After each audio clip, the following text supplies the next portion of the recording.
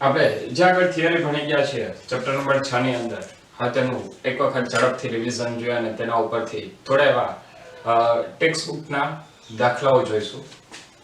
સ્વાધ્યાયની અંદર તમને દાખલા નંબર 6.3 આપેલો છે. દાખલા નંબર 6.3 ની અંદર તમને કેટલીક માહિતી આપેલી છે, વિગત હું તમને અહીંયા કહી દઉં છું. એ વિગત કંઈક આપેલી છે 15 આટાઓ પ્રતિ સેન્ટીમીટર.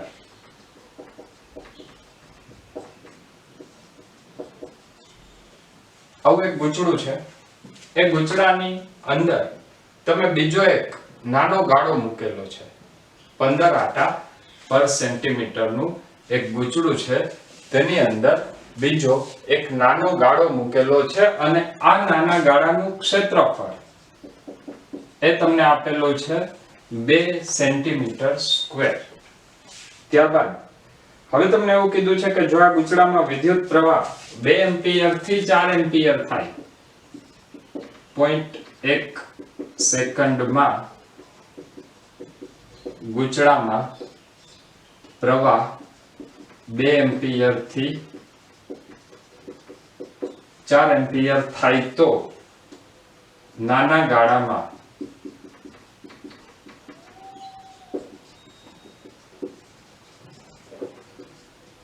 પ્રેરિત EMF શોધો. સૌથી પહેલા તો પ્રેરિત EMF શોધવાનું છે. EMF એટલે ફેરેડેનો નિયમ આવશે epsilon is equal to minus d∅/dt. એના માટે આપણે ફ્લક્સ જોશે અને ફ્લક્સનું સૂત્ર છે flux phi is equal to b * a. જો flux phi is equal to b * a લઈએ તો b એટલે આની અંદરનું ચુંબકીય ક્ષેત્ર આવું એક ગૂંચળું છે. ગૂંચળા એટલે સોલેનોઇડ અને સોલેનોઇડની અંદરનું ચુંબકીય ક્ષેત્ર થાય μ0 સ્મોલ n * I. તો હવે b આપણી પાસે મળશે. b આપણને b = μ0 small n * I. Flux મળશે b * a અને EMF મળશે -d∅/dt. ચલો આ વિડિયો પોઝ કરીને ઝડપથી તમે લોકો અત્યારે આ ક્વેશ્ચન ગણવાની ટ્રાય કરશો. મેં તમને ક્વેશ્ચનમાં શું કરવાનું છે એ કહી દીધું છે. ઓકે, ચલો ઝડપથી ટ્રાય કરો. ગુડ. ચલો થઈ ગયું છે. વિડિયો પોઝ કરીને ના ટ્રાય કરી હોય તો હજી ટ્રાય કરી લો ઝડપથી. બધા પોતપોતાની બુદ્ધિ જો હોય તો વાપરીને સોલ્વ કરવાનો છે. Very good. ચલો હવે આપણે જોઈ લઈએ સોલ્યુશન. સૌથી પહેલા તમને 15 આટાઓ પ્રતિ સેન્ટીમીટર આપેલું છે, જે આપણે કેમાં લેવાનું હોય એકમ લંબાઈ દીઠ આટા, મતલબ અહીંયા મીટર હોવા જોઈએ. જો 1 સેન્ટીમીટરમાં 15 આટા હોય તો 1 મીટરમાં કેટલા આટા થાય? 1 સેન્ટીમીટરમાં 15 તો 1 મીટરમાં 1500. એટલે પહેલા મળશે સ્મોલ m 1500 આટા પ્રતિ મીટર. ક્ષેત્રફળ તમને આપેલું છે એ કેમાં આપ્યું છે? સેન્ટીમીટર સ્ક્વેરમાં, અને સેન્ટીમીટર સ્ક્વેરના મીટર સ્ક્વેર 10⁻⁴. ત્યારબાદ તમને આપેલું છે વિદ્યુત પ્રવાહ ક્યાંથી કેટલો થયો?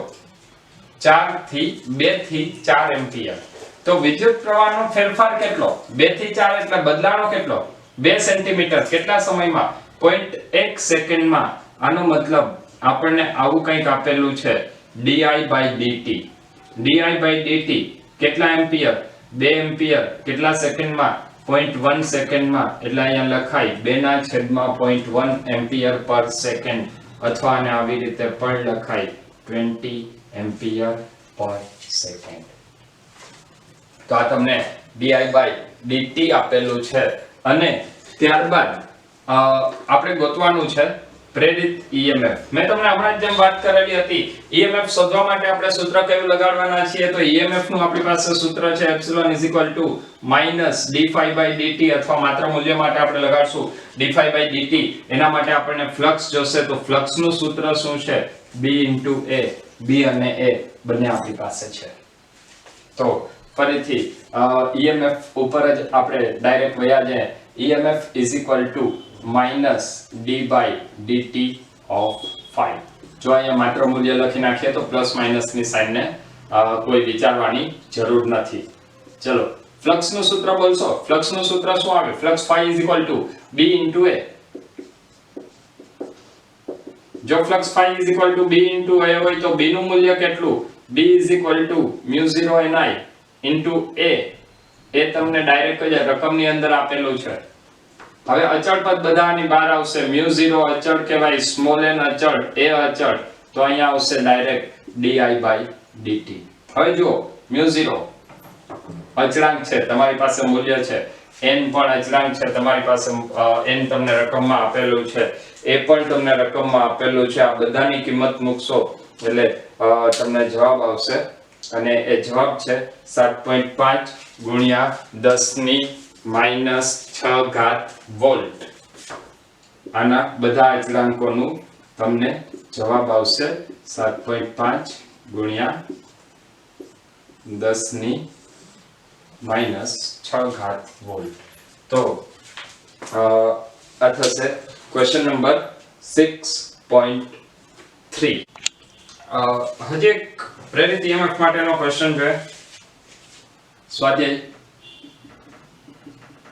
6.15 એની અંદર તમને એવું આપેલું છે કે કોઈ સોલેનોઇડ છે સોલેનોઇડ માંથી કંઈક વિદ્યુત પ્રવાહ પસાર થાય છે આટાની સંખ્યા આપેલી છે અને આડછેદનું ક્ષેત્રફળ આપેલું છે હવે જો આ પ્રવાહને એક નિશ્ચિત સમયગાળામાં બંધ કરવામાં આવે તો બેક EMF કેટલું થાય આવો તમને ક્વેશ્ચન આપેલો છે બેક EMF શોધવાનું છે તો બેક EMF માટે સૂત્ર શું આવશે એપ્સિલોન -d∅dt અથવા આપણે કહેશું d∅dt તો આ સૂત્રનો ઉપયોગ કરીને આપણે પરિણામ મેળવવાનું છે પરિણામ મેળવવા માટે સૌથી પહેલા કેટલાક જે તમને પેરામીટર આપેલા છે પેરામીટર આપણે લખી લઈએ સ્વાધ્યાયનો દાખલા નંબર 6.15 30 સેન્ટીમીટર લંબાઈ એટલે L તમને આપેલું છે 30 સેન્ટીમીટર ત્યાર પછી 25 સેન્ટીમીટર સ્ક્વેર નું આડછેદનું ક્ષેત્રફળ અને 500 આટા આડછેદનું ક્ષેત્રફળ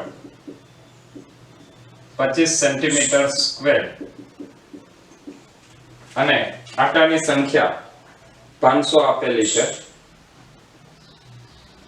તેમાં 2.5 એમ્પિયર નો પ્રવાહનું વહન કરે છે અને 10 ની -3 ઘાત સેકન્ડના ગાળામાં I બરાબર 2.5 એમ્પિયર સમયગાળો તમને આપેલો છે અને dt વડે લખીએ 10 ની -3 ઘાત સેકન્ડ એમાં આ પ્રવાહ 2.5 થી શૂન્ય થાય છે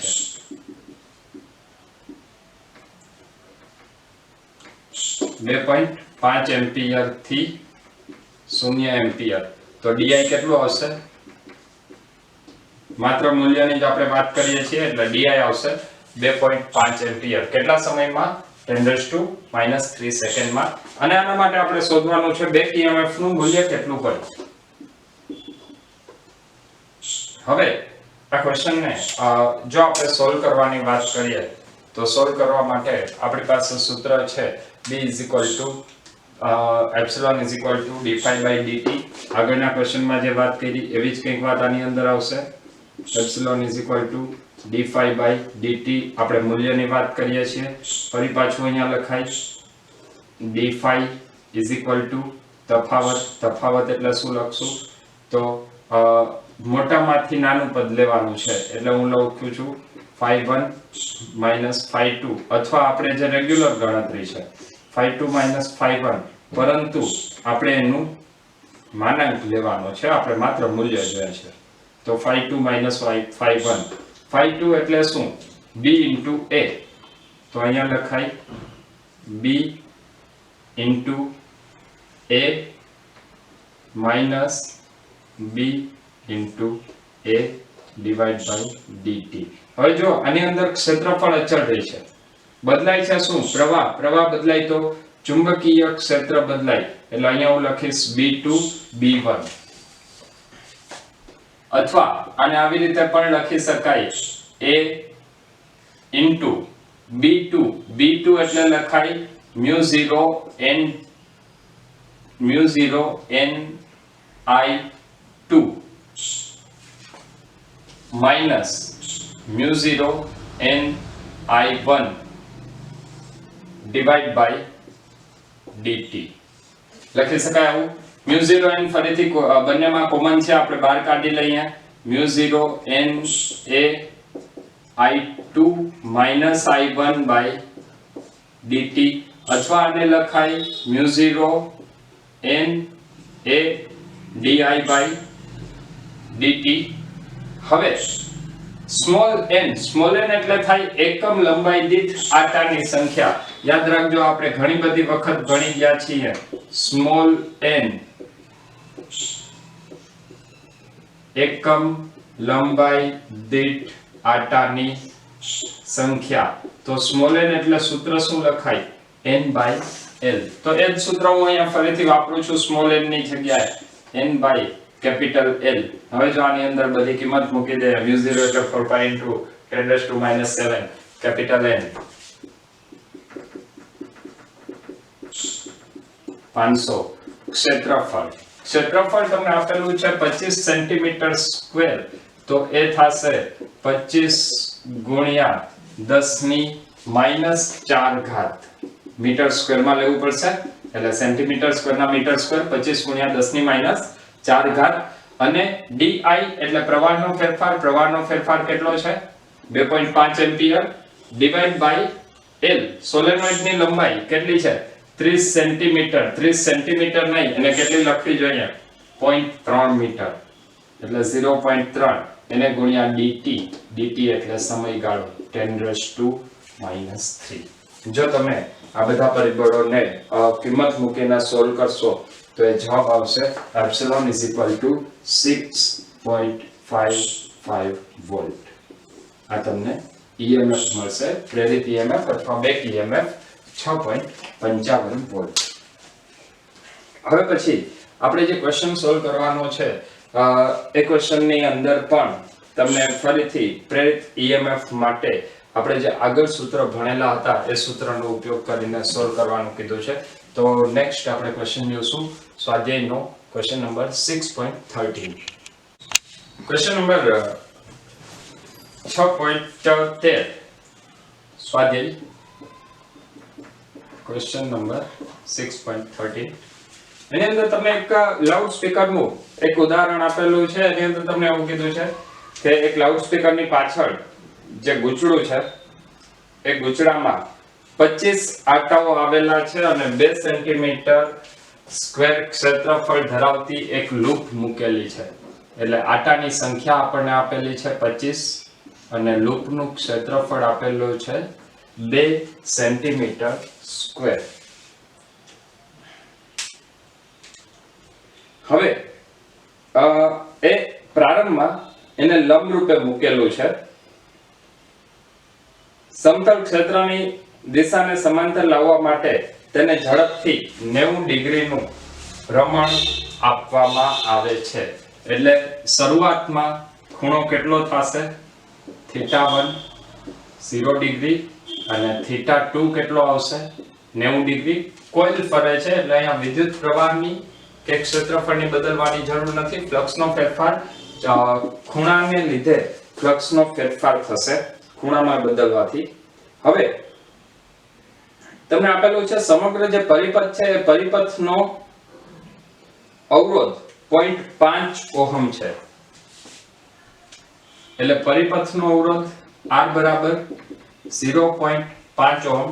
અને એના માટે આપણે શોધવાનું છે ચુંબકની પ્રબળતાનું અનુમાન. ચુંબકની પ્રબળતા મતલબ એનું ચુંબકીય ક્ષેત્ર અને આ સમય આ દરમિયાન પસાર થતો વિદ્યુત ભાર 7.5 મિલીકુલમ છે.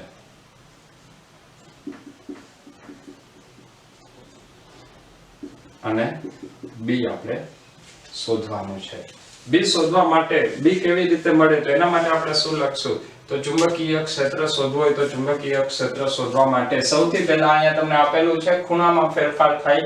ખૂણામાં ફેરફાર થાય તો તરત જ આપણે ફ્લક્સની વાત કરવી પડશે. ફ્લક્સની વાત કરવા માટે આપણે સૂત્ર શું લખશું? તો એના માટે હવે આપણે સૂત્રનો ઉપયોગ કરશું.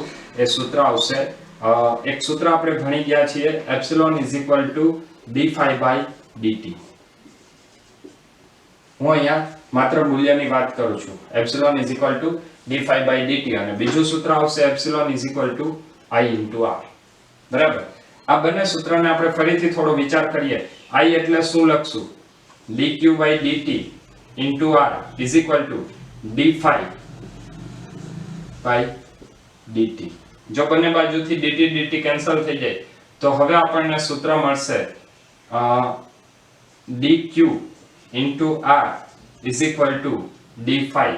d∅ એટલે ફ્લક્સનો ફેરફાર તો d5 માટે શું લખાય phi2 minus phi1 આટાની સંખ્યા તમને આપેલી છે a આપેલું છે b આપેલું છે તો અહીંયા સૂત્ર શું આવશે ફ્લક્સ નું સૂત્ર છે NAB cos theta ધ્યાન રાખજો ફ્લક્સ નું સૂત્ર શું છે flux phi is equal to b dot a તો અહીંયા આપણે શું લખીએ છીએ b a cos theta અને આટાની સંખ્યા આપેલી હોય તો એને આપણે n વડે ગુણી નાખીએ છીએ તો હવે અહીંયા આપણને છેલ્લું જે સ્ટેપ છે એ સ્ટેપ મળશે dq r is equal to nba cos કેટલા phi2 એટલે છેલ્લો ખૂણો કેટલાનો છે 90 cos 90 ની કિંમત કેટલી 0 અને પેલો ખૂણો કેટલાનો છે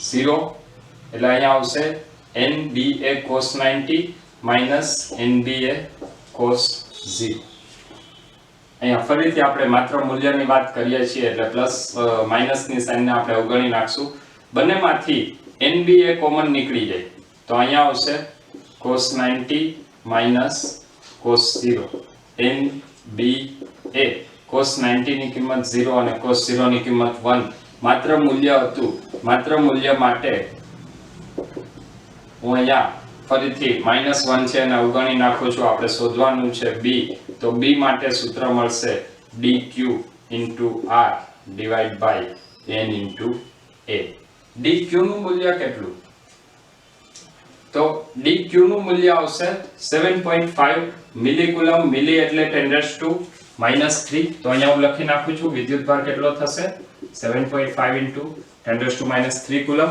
ત્યારબાદ આપણને અવરોધનું મૂલ્ય રકમની અંદર આપેલું છે અવરોધ R = 0.5 ઓહ્મ n આટાની સંખ્યા પણ આપેલી છે n બરાબર કેટલી છે 25 અને ક્ષેત્રફળ આપેલું છે 2 સેન્ટીમીટર સ્ક્વેર એટલે 2 × 10⁻⁴ મીટર સ્ક્વેર હવે જો તમે આ બધાને સોલ્વ કરશો તો એના ઉપરથી તમને ચુંબકીય ક્ષેત્રનું મૂલ્ય મળશે B = 0.75 ટેસ્લા B = 0.75 ટેસ્લા આ તમને ચુંબકીય ક્ષેત્રનું મૂલ્ય મળશે અથવા ચુંબકની પ્રબળતાનું મૂલ્ય મળશે આના પછીના લેક્ચરની અંદર આપણે હવે જે વાત કરવાના છીએ એ આવશે ફેરેડે અને લેન્ઝના નિયમના ઉપયોગ બાદ નેક્સ્ટ લેક્ચરની અંદર આપણે ગતિકીય EMF ઉપર આધારિત સ્વાધ્યાયના દાખલાઓ ગણવાના છીએ તો ત્યાં સુધી બધા મહેનત કરતા રહ્યો wish you all the best